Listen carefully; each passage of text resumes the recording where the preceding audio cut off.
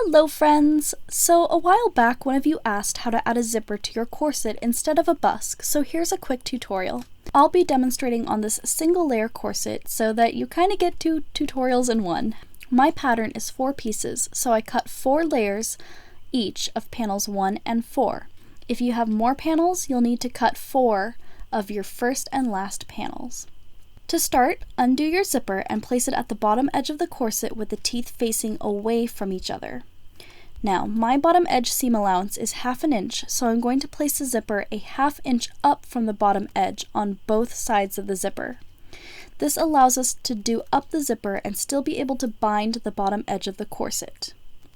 The top edge does not matter as it gets encased in the bias tape binding when you finish the corset, meaning you can use a zipper of any length so long as it is as long or longer than your center front length. Simply cut the zipper tape at the top edge of your corset to fit. It is also important to use a heavy-duty separating zipper. Don't use a plastic flimsy zipper and don't use a solid zipper.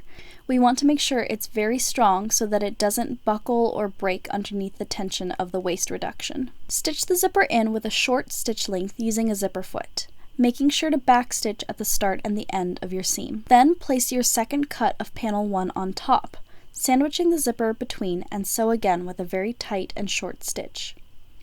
Carefully flip the second panel back and iron it to reveal the zipper. Then match up the seam allowances, and we'll treat this panel as 1 layer instead of 2. Top stitch right next to the zipper one last time to secure all of the layers together. From there, you're going to construct your corset as usual, sewing your panels together in order. When you get to the back panel, you can cut it on the fold or you can cut it as 2 pieces. I decided to cut it on the fold.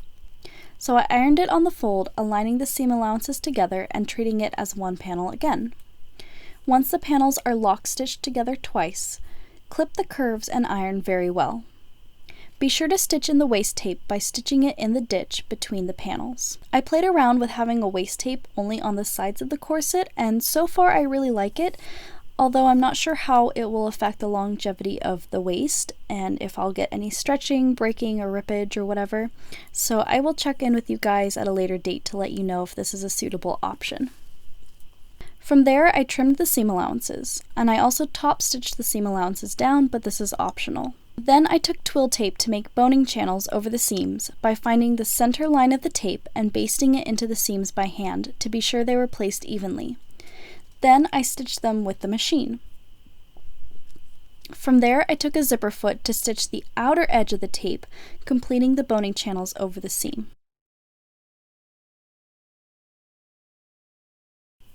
I stitched a channel for a flat steel bone right next to the zipper and a channel on the back edge of the corset to support the grommets. Though really you should have 2 bones, I just forgot to do the second one. Now that the channels are sewn, I filled them with synthetic whalebone from Burnley and Trowbridge by cutting it 1 inch shorter than my channel to avoid the top and bottom seam allowances, sanded the tips till they were smooth and round, and inserted them. I also added the flat steel to each side of the zipper. Then add in the grommets and bind the edges with bias tape, making sure to catch the top of the zipper teeth in the top bias to act as a zipper stop. And we're done! A quick postscript: if you want a super light single layer corset, you can actually ditch the second cut of the zipper panel and do a flap as seen here. It should be at least wide enough to house a bone to support your zipper, and same goes for the back grommet panel. The back grommet flap should be at least wide enough to house the grommets and a bone. I hope you found this video super helpful, and thank you so much for tuning in. As always, if you have any requests or suggestions, leave them down below.